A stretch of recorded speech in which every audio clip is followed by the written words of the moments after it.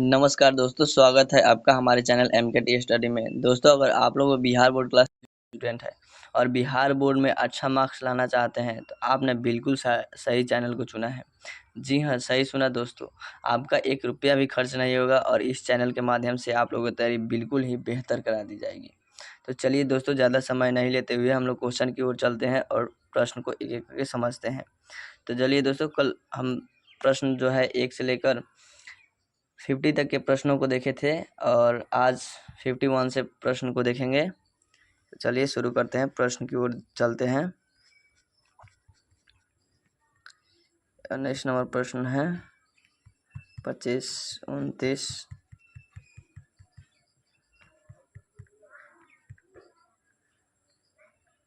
50। चलिए इसको भी देख लेते हैं।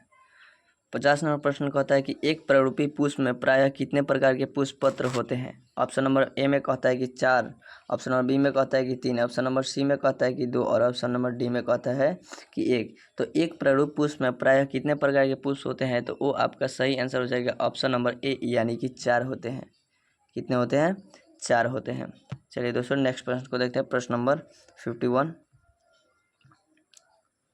सॉरी, यहाँ एक मिस्टेक हो गया, कोई दिक्कत नहीं है। इसे कहता है कि पुष्प कृषि को निम्न में से क्या कहते हैं, यानी पुष्प कृषि को निम्न में से क्या कहते हैं। ऑप्शन नंबर ए में कहता है कि फ्लोरीकल्चर कहते हैं, ऑप्शन नंबर बी में कहता है कि पीसी कल्चर कहते हैं, ऑप्शन नंबर सी में कहता है कि एपी कल्चर कहते हैं, ऑप्शन नंबर डी में कहता है कि सेरेकल्चर कहते हैं। तो आपका सही आंसर हो जाएगा ऑप्शन नंबर ए, यानी कि फ्लोरीकल्चर कहते हैं।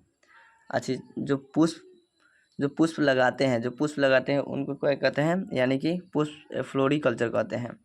ठीक है, चलिए नेक्स्ट प्रश्न को देखते हैं। प्रश्न नंबर 52 कहता है कि पुष्प के नर जनन संरचना को क्या कहते हैं, यानी पुष्प जो होता है उसके नर जनन संरचना को क्या कहते हैं। ऑप्शन नंबर ए में कहता है क्या पुमंग कहते हैं, ऑप्शन नंबर बी में कहता है कि जयांग कहते हैं, ऑप्शन नंबर सी में कहता है कि बाह्य दल कहते हैं, ऑप्शन नंबर डी में कहता है कि अंडाशय कहते हैं।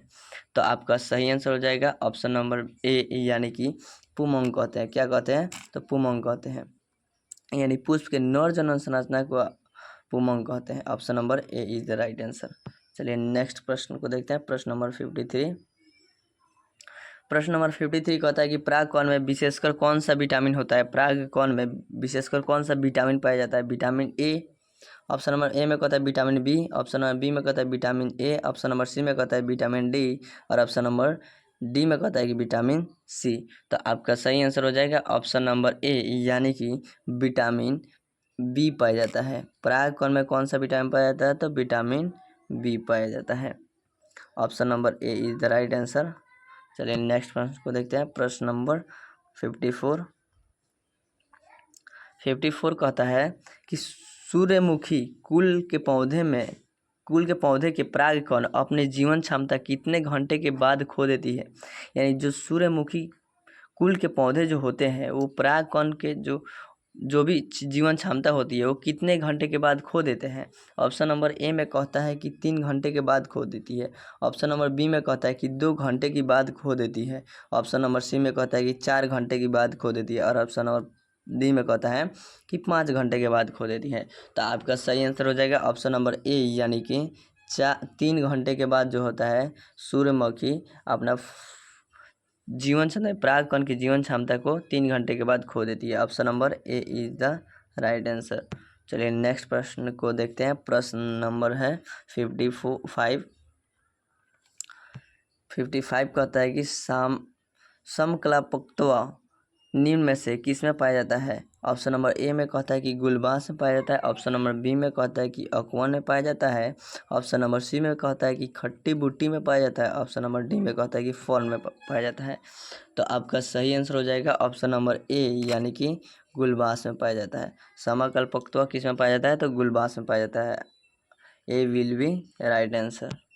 चलिए दोस्तों नेक्स्ट प्रश्न को देखते हैं। प्रश्न नंबर 56। अभी तक तो ए आ रहा है और ये देखते हैं 56 क्या कहता है। कहता है कि हार्कोगैमस पुष्प निम्न में से कौन सा होता है। ऑप्शन नंबर ए में कहता है कनेर होता है, ऑप्शन नंबर बी में कहता है कि मदार होता है, ऑप्शन नंबर सी में कहता है गुलाब होता है और ऑप्शन नंबर डी में कहता है कि जंगली मटर होता है। तो आपका सही आंसर हो जाएगा ऑप्शन नंबर ए, यानी कि ऑप्शन नंबर क्या हो जाए, क्या क्या प्रश्न पूछ रहे हैं। हाँ, हरकोगामी पुष्प कौन सा होता है, तो मदार होता है। Option number B will be right answer. क्या हो जाएगा, B will be right answer. चलिए नेक्स्ट प्रश्न को देखते हैं। प्रश्न नंबर 57 का होता है ओर्निथोफिली पर परागण किसके द्वारा होता है। ओर्निथोफिली जो पर परागण होता है वो किसके द्वारा होता है। ऑप्शन नंबर ए में कहता है कि मनुष्य के द्वारा, ऑप्शन नंबर बी में कहता है पवन के द्वारा, ऑप्शन नंबर सी में कहता है पक्षी के द्वारा। तो आपका सही आंसर हो जाएगा ऑप्शन नंबर सी, यानी कि पक्षी के द्वारा जो होता है ओर्निथोफिली पर परागण होता है। किसके द्वारा, पक्षी के द्वारा। चलिए नेक्स्ट प्रश्न को देखते हैं। प्रश्न नंबर 58 कहता है वेलिस्नेरिया में किस प्रकार का पर परागण होता है। वेलिस्नेरिया में, तो ऑप्शन नंबर ए में कहता है जल में होता है, ऑप्शन नंबर बी में कहता है कि वायु पराग में होता है, ऑप्शन नंबर सी में कहता है कि कीट परागण में होता है। आपका सही आंसर हो जाएगा ऑप्शन नंबर ए, यानी कि जल में होता है। Option number A will be right answer. चलिए 59 क्वेश्चन कहता है कि चींटियों द्वारा परागण को क्या कहते हैं। ऑप्शन नंबर ए में कहता है कि ओर्निथोफिली कहते हैं, ऑप्शन नंबर बी में कहता है कि मार्मिकोफिली कहते हैं, ऑप्शन नंबर सी में कहता है कि मिलेकोफिली कहते हैं। तो आपका सही आंसर हो जाएगा ऑप्शन नंबर बी, यानी कि मार्मिकोफिली कहते हैं। चींटियों द्वारा परागण को क्या कहते हैं, तो मार्मिकोफिली कहते हैं। Option number B will be right answer हो जाएगा। चलिए 60 नंबर क्वेश्चन को देखते हैं। क्वेश्चन नंबर 60 कहता है कि निषेचन क्या है। आखिर निषेचन है तो क्या है। ऑप्शन नंबर ए में कहता है कि क्या अंड तथा नर न्यूक्लियस का संयोजन होता है, ऑप्शन नंबर बी में कहता है कि अंड तथा सेकेंडरी न्यूक्लियस का संयोजन होता है, ऑप्शन नंबर सी में कहता है कि अंडा तथा सिनहर्जी का संयोजन होता है। तो आपका सही आंसर हो जाएगा ऑप्शन नंबर ए, यानी कि अंडा तथा नर न्यूक्लियस का संयोजन से ही निषेचन होता है। Option number A will be right answer हो जाएगा। चलिए नेक्स्ट प्रश्न को देखते हैं। प्रश्न नंबर 61 कहता है, प्रश्न नंबर 61 कहता है कि द्विनिषेचन की खोज की थी, यानी द्विनिषेचन की खोज किसने की थी। तो ये तो हम लोग को याद है, नवासी ने किया था। द्विनिषेचन की खोज किसने किया था, तो नवासी ने किया था। चलिए नेक्स्ट प्रश्न को देखते हैं। प्रश्न नंबर